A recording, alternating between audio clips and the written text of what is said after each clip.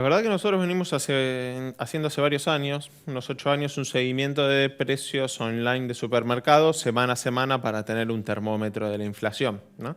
Que lo hacemos con supermercados de la provincia de Santa Fe, región Patagonia y el área metropolitana de Buenos Aires.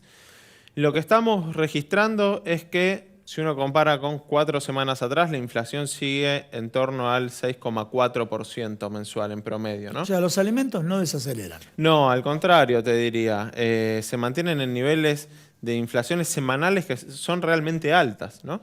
Y eso le pone un piso al dato de inflación, Obvio. porque nosotros analizamos los precios de supermercado, después el índice que publica el INDEC, que lo va a publicar 2 semanas después de que cierre el mes aproximadamente, incluye servicios de medicina, servicios de telefonía, comunicación, internet, combustibles, recreación, otras cuestiones que nosotros no medimos, pero que vienen aumentando muy fuerte también, ¿no? Y que incluso algunas, como el caso de telefonía e internet, tuvieron autorizaciones de aumentos del 20% este mes, así que eso también va a impactar. Bien, bien. Porque yo tenía principalmente por el tema servicios, pero bueno, todavía... Pues yo, a ver, le voy a comentar a ustedes. Fuera del aire le preguntaba a Nicolás. A mí no me llegó. Estoy con el subsidio, pero no me llegó ese aumento que tenía que llegar. Entonces, bueno, por eso la pregunta es todavía no sabemos. Y también la incógnita con el tema tarifario es cuánta gente va a terminar siendo alcanzada. La Secretaría de Energía y el Ministerio de Economía están trabajando para que las personas que no se anotaron y le corresponde el subsidio se anoten. ¿Sí? Porque inicialmente iba a alcanzar al 10% la quita de subsidios, terminaría alcanzando cerca del 30%. Se está trabajando en eso, de eso depende la decisión política de empezar a implementar o no la medida. Veremos si efectivamente en noviembre empieza a funcionar algo que se anunció hace tiempo y que es importante también, ¿no? Porque con esta situación económica se está discutiendo, por ejemplo, el pago de ganancias de algunos sectores muy privilegiados como la justicia, por ejemplo, que tienen verdaderamente altos ingresos. Sí. Pensar que además de no pagar ganancia, hoy esos sectores están recibiendo subsidios al consumo energético no parece algo que tenga mucho sentido y evidentemente es algo sobre lo que se tiene que trabajar. Bien. Ya hablamos de inflación de alimentos e inflación en general. Precios justos. Yo hago un silencio Y sí, porque me deja, es como que me da una sensación de que estamos poniendo familiares de un mismo grupo que no está funcionando. Y si hacemos un raconto de esta política, precios cuidados, precios justos, precios claros, con distintas versiones, con más productos, con menos productos, con productos de primeras marcas, con productos de segundas marcas, ha tenido distintas configuraciones en los últimos 8 años, 6 años.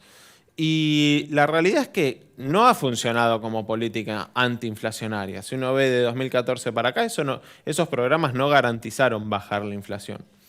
En un contexto donde hay pocas referencias, obviamente que es mejor tener... Tener una referencia. Claro, es mejor tenerlo que no tenerlo. Bien. Ahora, si lo queremos pensar como una política antiinflacionaria, me parece que falta un esquema más integral en el que eso funcione, que viene siendo una tarea pendiente, me parece, desde inicios de la gestión del gobierno, ¿no? El tema de los precios y cómo enmarcar esto de precios cuidados o precios claros, por ejemplo. Cuando decís vos integral, ¿a qué te referís? Y abarcar también otros rubros de actividad económica. En los sectores con los que se hacen acuerdos o se les da algún beneficio particular, sería importante también incluir algún tipo de acuerdo de precios. En el sector salud, por ejemplo. Hoy es un sector que tiene algunas medidas de beneficio fiscal que no tienen otros sectores a raíz de la pandemia, ¿no? Y uno se pregunta si con esas medidas de beneficio o incluso economía del conocimiento, servicios, no corresponde... En turismo, el caso del programa Previaje, si hay un acuerdo de estimular al sector, también acompañar eso con un acuerdo de precios y empezar a generar una solución macroeconómica a este problema que es principalmente macroeconómico, ¿no? El problema inflacionario. Entonces, eso implica Pero coordinar... algunos van a decir, bueno, tenemos dos discursos. La heterodoxia y la ortodoxia van a decir, no, el gasto público, el empleo público, el déficit fiscal. Si mostramos estadísticas de muchos países con déficit, con mayor gasto público, no son inflacionarias. Por eso, una rueda compleja Sí, es interesante el punto de un que camino señalas, para ¿no? transitar, Porque, ¿no? de hecho, nosotros empezamos en el mes de marzo un programa económico que fue el que se acordó con el Fondo Monetario, que tiene un programa económico que tiene algunas definiciones, no todas. Pero algunos sectores creyeron que reduciendo el déficit fiscal y reduciendo también las transferencias que hace el Banco Central al Tesoro para financiar ese déficit, lo que se conoce como financiamiento monetario o emisión monetaria, que eso iba a alcanzar para reducir la inflación. Bueno, se vienen cumpliendo esas metas, se vienen sobrecumpliendo. Es más, el financiamiento monetario estaba estipulado en 1% del PBI, terminará siendo 0,8 este año, más de lo previsto inicialmente. Y eso no se está traduciendo en una menor inflación. ¿Quiere decir esto que hay que incumplir el acuerdo para solucionar la inflación? Tampoco me parece necesario, pero sí que en esas políticas ortodoxas, si no se acompañan con otras políticas, vimos que terminan quedándose muy cortas para solucionar el problema inflacionario. Bien, hablamos de las políticas ortodoxas. Los grandes grupos económicos. Hay un informe que hizo el CEPA de la distribución del ingreso, de lo que pasó desde el año, bueno, hace muchos años, pero en distintas gestiones, donde el famoso 50-50 que decía el sector gremial, bueno, se fue ampliando la brecha en el sentido, dándose vuelta, en el sentido que bajó la participación de los trabajadores en relación de dependencia sobre el PBI e incluso el sector privado respecto de la ganancia empresaria. Bueno, por ahí viene la pregunta. Puede ser que haya sectores que estén cada vez más concentrados, ganen más plata, y haya otros sectores donde, por ejemplo, hay más empleo, pero menos poder adquisitivo de esa gente que es empleada. Y eso es muy lógico y esperable que pase en una economía con una inflación tan alta. Primero, señalar algo que no es un consuelo, pero no se puede perder de vista, es un proceso internacional también, ¿no? Está pasando en países centrales y en otros países periféricos algo de similares características.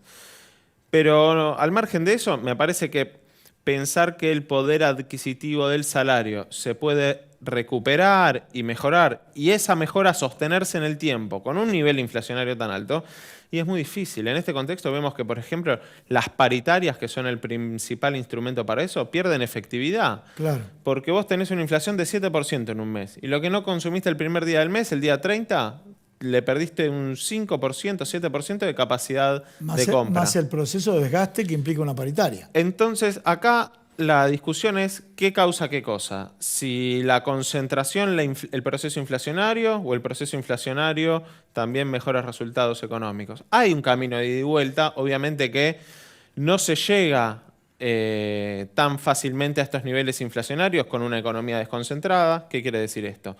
Parte de que haya una inflación tan alta tiene que ver con que hay unos sectores concentrados que tienen capacidad de remarcar muy rápido y trasladarlo eso a las góndolas. Ahora, no me parece que la explicación a la inflación sea una cuestión de pocos actores, digamos, ¿no? Por eso insistía en que era un problema macroeconómico y que si nosotros queremos revertir esa situación hay que trabajar macroeconómicamente para modificar esa situación, bajar la inflación, que las paritarias vuelvan a ser efectivas, vuelvan a tener algún resultado, porque de lo contrario va a ser una carrera corriéndolo de atrás y es lógico que se acelera la inflación y los sectores que más ganen sean los que tienen capacidad de modificar sus ingresos instantáneamente, ¿no? Los que tienen capacidad de fijar precios. Clarísimo. Bueno, como cierre, ¿cómo ves el escenario de acá al 2023?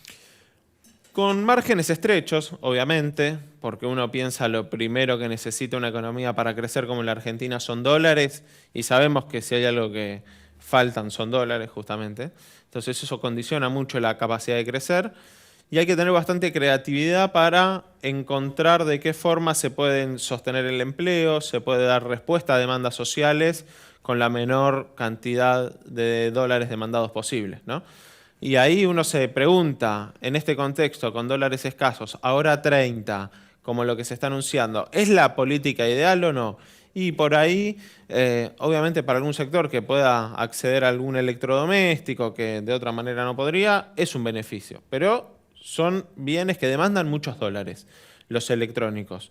Generan poco empleo comparado a otros sectores. Aparte le van a habilitar y facilitar el régimen de importaciones. Bueno, por eso uno se pregunta si no puede haber más medidas con estos mismos instrumentos que esos recursos se destinen a infraestructura de cuidado, infraestructura social, construcción, servicios sociales que demandan muy pocos dólares y que sabemos que también se necesita y mucho esa infraestructura en millones y cientos de millones de rincones en todo el país, donde por ahí eso podría tener un impacto incluso más duradero, ¿no? Nicolás, muchísimas gracias. A ustedes.